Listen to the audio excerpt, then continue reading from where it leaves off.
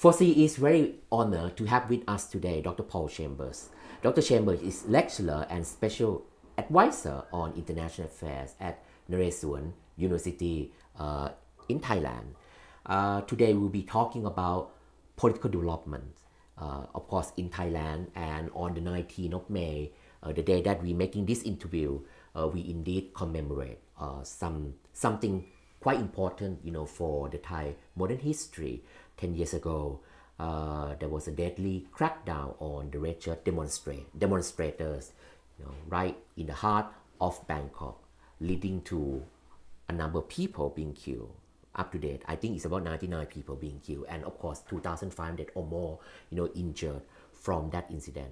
Okay, well, Dr. Chambers and we have known each other for a long time, and you have been known to be sort of specialists, on the Thai military in particular, and of course, you work and you have done some studies on Thai politics broadly too. Let me ask you with this first question. Since that day, 10 years ago, how would you assess democracy? From 2010, we are talking about a decade has passed. What you have seen the development of democracy in Thailand in the past 10 years? I would say, well, looking back 10 years ago, Thailand has experienced a roller coaster of political mayhem.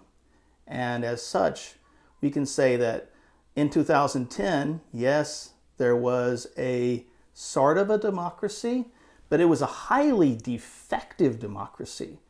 And as such, it was not really a democracy, a liberal democracy as we would think about it. But then we see then the coup of 2014 in which democracy was deleted and we simply had authoritarian rule. And so as such, we think, what has been democracy since the coup?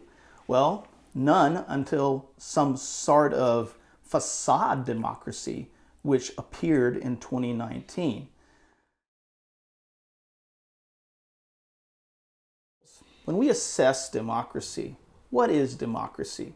First of all, think about Wolfgang Merkel's 2004 description of democracy, in which he cites 5 dimensions.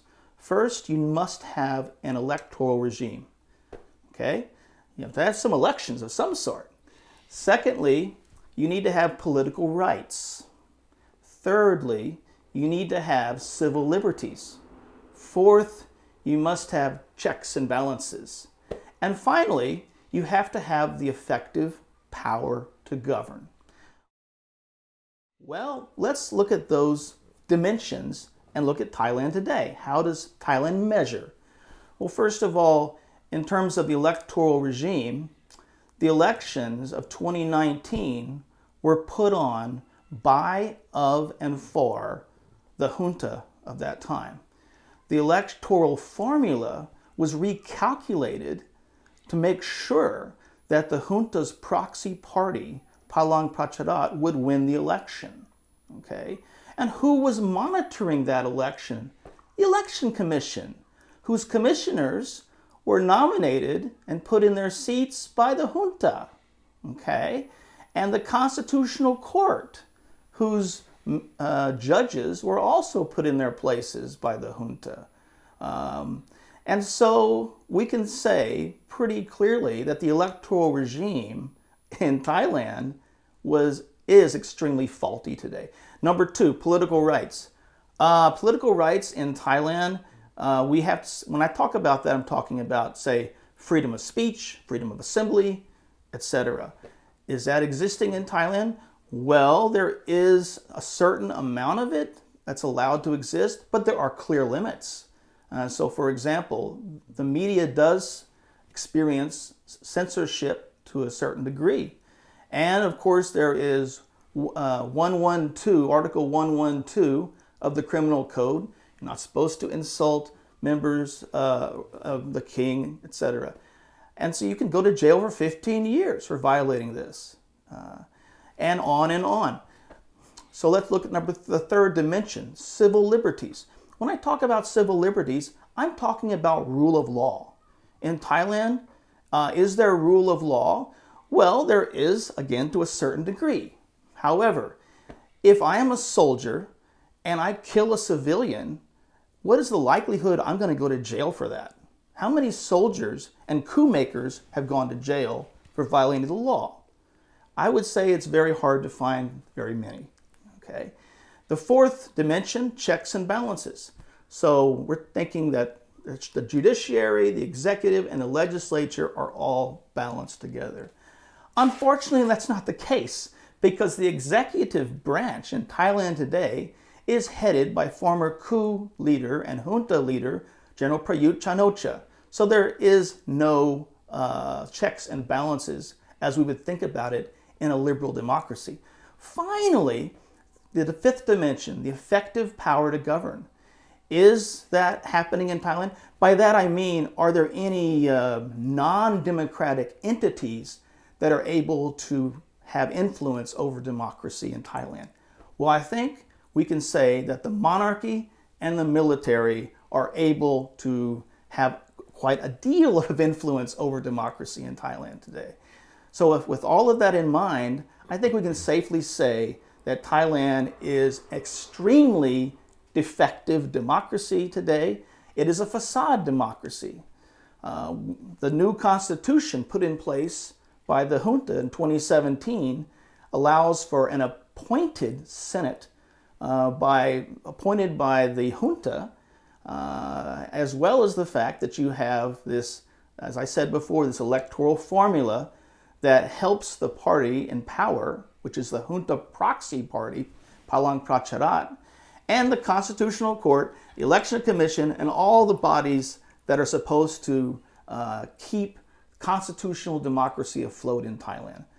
So ultimately, we can say that Thailand's democracy today is suffering ultimate decadence. So, well, I mean, that rather pessimistic, such a pessimistic outlook. So, okay, in the past 10 years, and you did mention about the coup in 2014, obviously, the military has not really gone out of Thai politics. If anything, it has further entrenched itself, through the structure that you just mentioned also, and including, in fact, they have been working as a kind of network. Yeah, you also mentioned the military, the judiciary, right? So now, just focusing on the military for a minute, talking about the development of Thai democracy, I would like to also ask you to tell us, have you seen the changes within the military?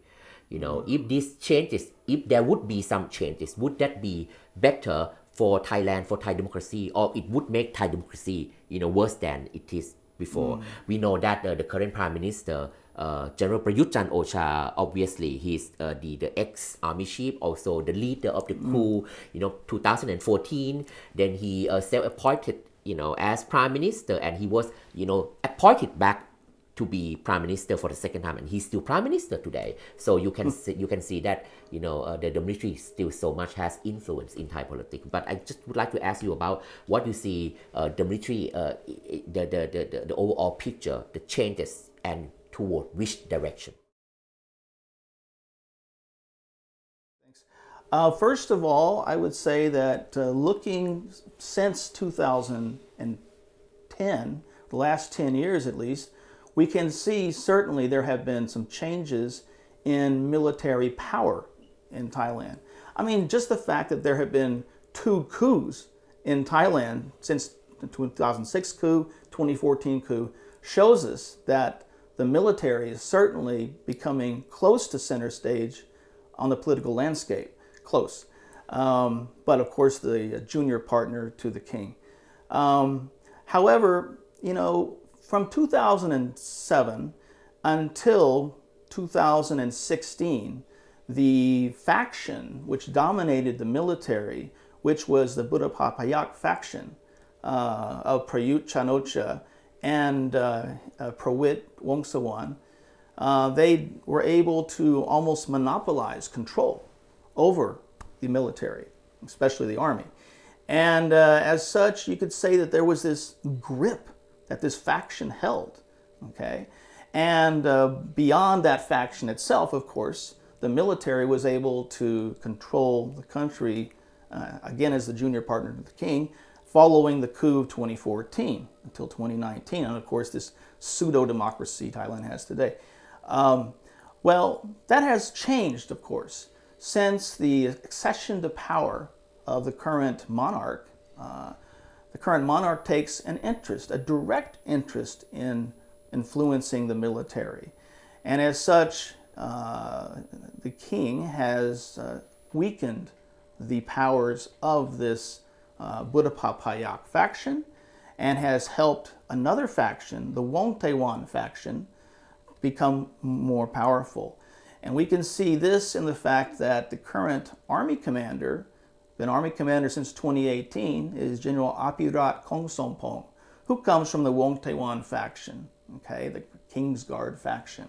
Okay, so we're seeing another faction rising, but the Buddha Papayak faction descending in power.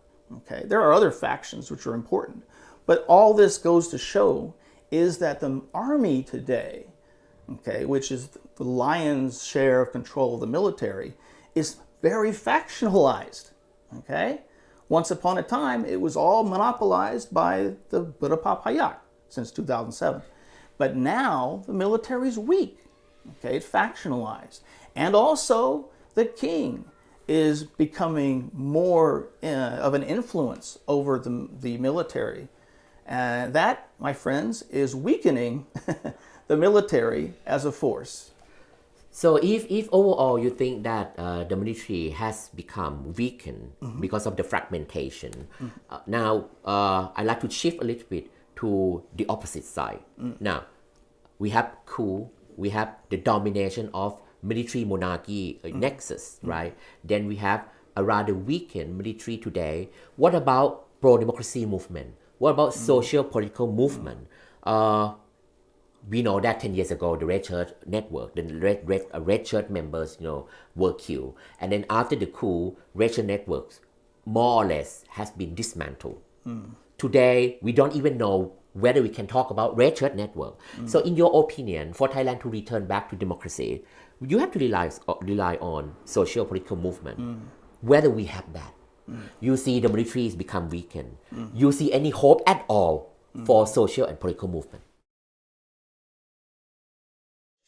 Well, I think that we are at a time in Thai history where there is a window of opportunity for social forces to perhaps make their influence heard. Okay, that now in 2020, maybe there can be some changes or some pressures for changes which could occur. But I don't think they will be substantial changes. Okay, so let me just looking back. So the red shirts and tallks in Chinawat were certainly have certainly weakened a bit since the coup of 2014. But this also happened because Thai people were kind of divided. Many people in urban middle-class areas, Bangkok and parts of the South, were more supportive of the coup. And while, of course, rural, poor people were more supportive of the red shirts. And with that division in Thai society, at the same time that the military was monopolizing power, the military was able to sustain their power. Okay?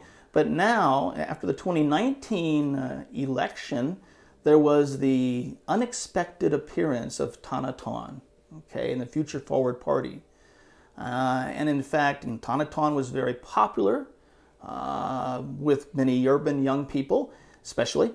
But then there was the dissolution of Future Forward Party earlier this year. And as such, many Thai people were very upset at that. Now, added to this is the fact that the economy has been really dwindling. Okay, the economy has been going downhill in Thailand. And finally, we have the coronavirus, which happens on the watch of Prayut Chan-o-cha in power. Okay, many Thai people are looking for change, and what I talked about earlier, the divisions between Thai people, rural versus urban, etc. Some of those divisions, some of them are dissipating. There's more of a move. People, both urban and rural, want change back to a better democracy. So, right now, Prayut Chan-o-cha can hold off these social forces because, well, he can say, I have an emergency decree in place because of the coronavirus. But little by little, once that decree is raised or is no longer in effect, then there's going to be hell to pay. And there are going to be demonstrations on the street. There is already this progressive movement that has been launching lasers onto public monuments. And so this is hell to come. It's inevitable. It's going to come. Right. Last question. And just tell us in a few minutes. Now, having said all this, right, it seems like Thailand now falling back into a vicious circle, right? You have election, people then elected, their favorite leaders, and then become a threat to the old power, and then they use military coup to overthrow these people, coming back again with the military rule, something like that. How you see the future of Thailand then? Whether we can really get out of this circle, or we continue to fall further into this sort of vicious circle. I mean, if we look back at the cycle that you're talking about, I think we can say that in 1958, we had a man named Pibun Songkram declare martial law to stop demonstrations. Okay, and then after that, there was a coup that ousted him. Well, in 1971, there was a self-coup by General Tanom and Prapat to try to keep themselves in power. But that didn't really work. There was this cycle again. There is a continuing cycle. And there have been chances in Thai history for there to be some sort of pluralism, some sort of political space which needs to grow. And so, as I said before, 1958, there was a chance. 1973 to 76, there was a chance. Way back in 46, actually, there was a chance, 1946. But every time, the military by itself or the combination of military with monarchy has inhibited, or been an obstacle to political space and political freedoms and democracy in Thailand. So I would say that for the future, there will be, again, moves toward political space. But I think that the aristocracy in Thailand will try to hem in the amount of political space which is offered. Sort of what happened between 1992 and 2006. Sort of a hemmed in political space where the aristocracy allows for a guided democracy to exist.